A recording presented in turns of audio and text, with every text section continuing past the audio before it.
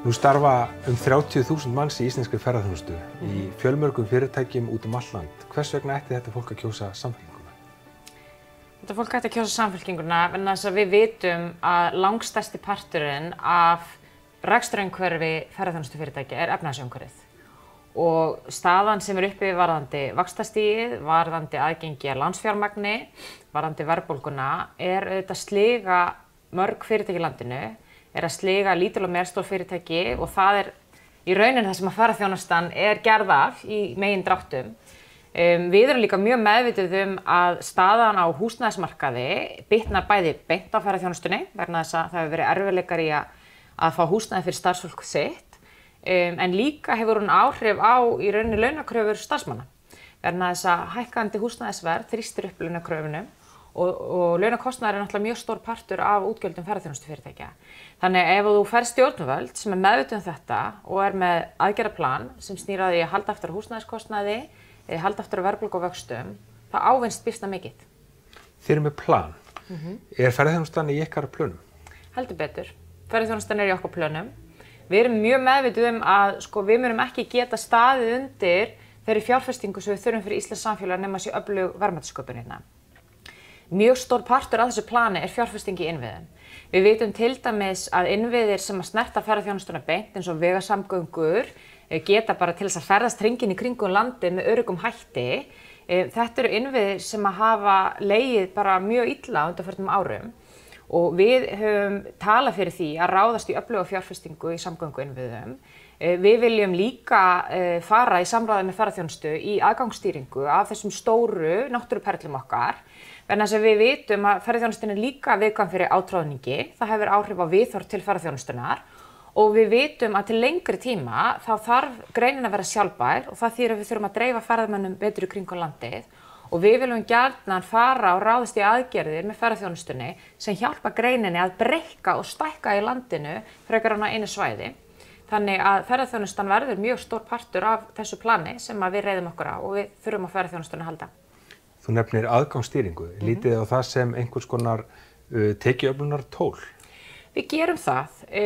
Við teljum að við eigum meðal annars að horfa til þess að langstærstu, kannski 8 til 10 stærstu náttúruperlur landsins eru í eigu ríkisins og við teljum að það sé möguleiki á því og við vitum að það hefur verið rætt í tengslum við vinnu sem hefur verið unnið með ferðaþjónustunni að koma á einhvers konar korti eða passa eða hvað svo sem þú vilt kalla það, eitthvað sem að kannski mældist illa fyrir á sínum tíma en hefur þroskast í umræðinni og útfærslan breytt og batnað og gerir það verkum að fólk getur þá kannski greitt eitt verð fyrir marga áfangastaði, þarf ekki alltaf að vera að rífa upp veskið og vera þá með þá hindrun, en við getum þá líka nýtt þá fjármuni í að fjárfesta í betri vegasamgöngum, tryggt að innviðir í kringum þessa ferðamannastaði séu góðir og horfum þannig á sjálfbæran vöxt í atvinnugreininni. Þannig að þetta líka partur af því að styrkja atvinnugreinina.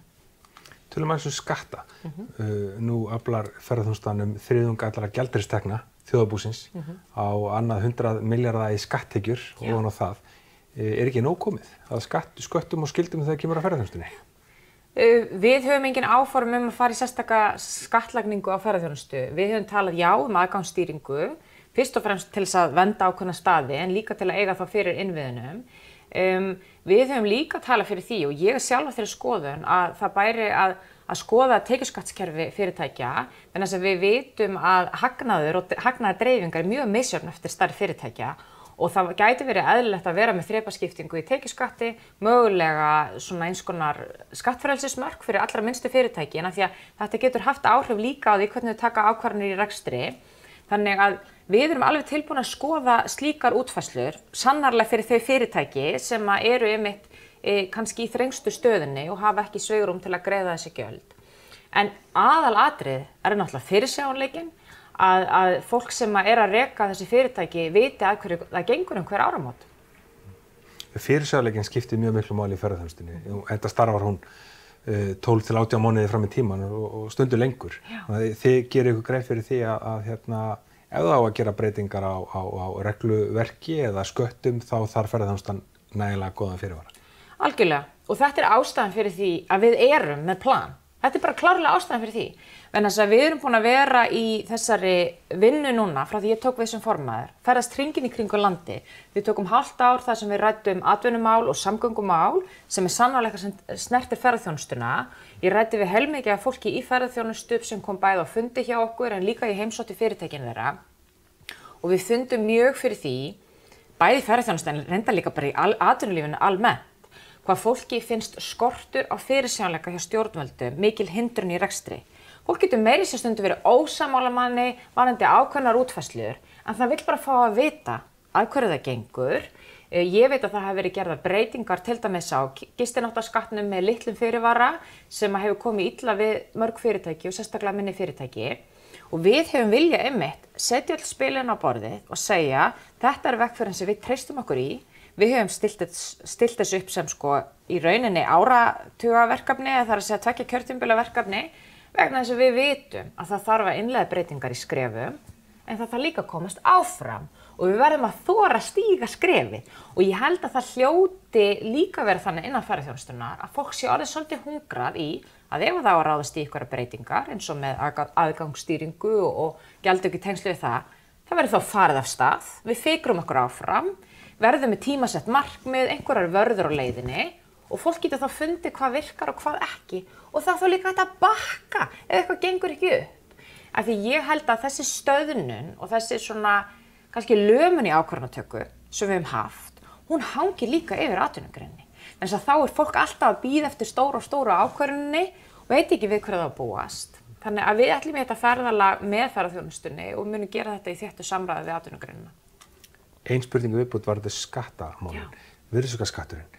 Samfylkingin hefur löngu vilja hækka virðisaukaskattinn á ferðaþjónustuna. Hvað segir nýr formaður Samfylkingar? Við höfum talað fyrir fyrst og fremst þessari aðgangsstýringu og gjaldtöku tengslu við hana. Og við teljum að það sé hægt að afla bara umtalsverðs fjármagns með henni. Ég meina það hefur til dæmis verið nefnt tala eins og 8–10.000 krónur á eitt svona passa, getur nú bara skila 15 milljörðum ef 1,5 milljón manna borgar hann.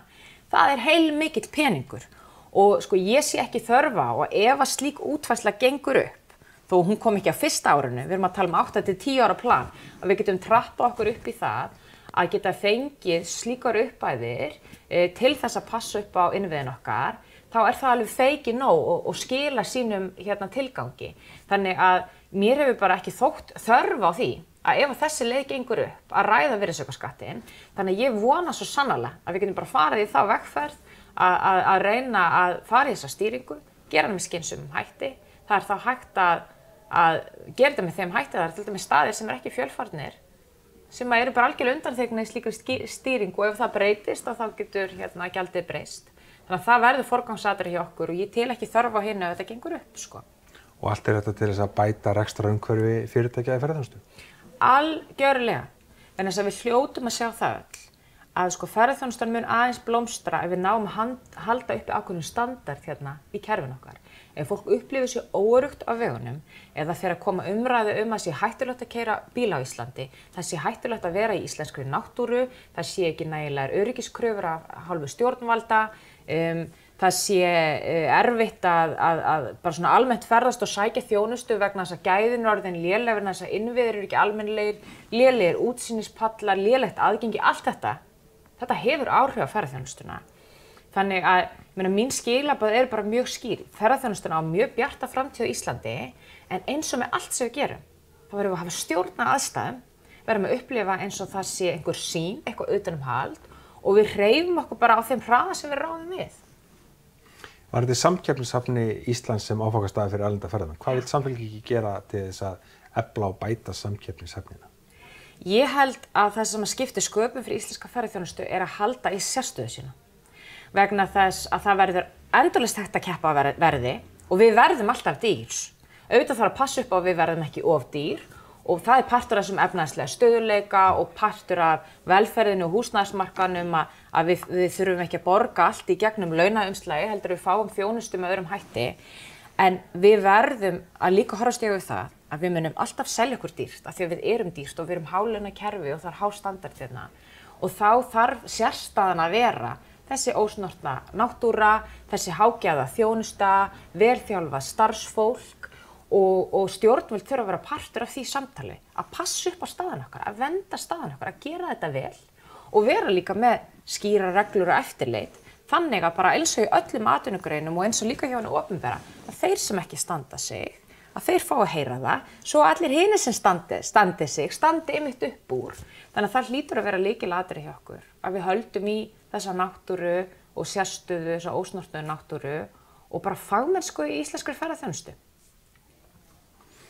Hvað myndirðu segja við aðila sem að mögulega starfar í ferðaþjónustu, rekur lítið fyrirtæki í ferðaþjónustu, að fara að kjósa, þú ert síðasta manneskjan sem hann hittir á hann að fara að kjósa. Hvað viltu segja við slíkan aðila? Sko, það liggur alveg fyrir að það er komin tími á breytingar í íslensku samfélagi. Það er margt sem við gengi vel og Ísland er frábært land, en það er ekki alveg að virka fyrir lítil og meðalstór fyrirtæki akkúrat núna. Það eru allt of þungar byrðar sem fylgja þessum efnahagslega óstöðuleika. Við höfum verið með skýrt plan þegar kemur að því að taka á rekstri ríkissjóðs til þess að passa upp á að ríkissjóðs sé ekki valda þenslu, til að taka á húsnæðismálunum svo að ferðaþjónustufyrirtæki séu ekki að borga fyrir húsnæðisvandamál almennings og séu líka í stöðu að geta boðið sínu starfsfólki upp á almennilegt húsnæði.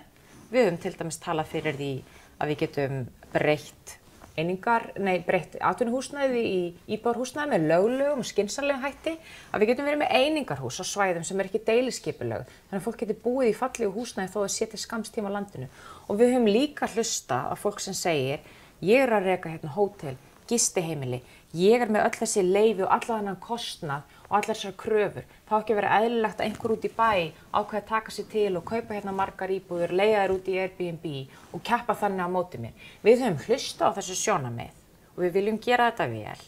Þannig að við erum með þetta plan fyrir fyrirtækin í landinu eins og ferðaþjónustufyrirtæki og við ætlum að standa við það sem við segjumst að gera og veita fólki fyrirsjáanleika. Þannig að vonandi getum við fengið umboð bara til að stýra landinu betur og skapa þennan stöðugleika sem ferðaþjónustufyrirtæki þurfa að fá á Íslandi. Bestu þakkir. Takk.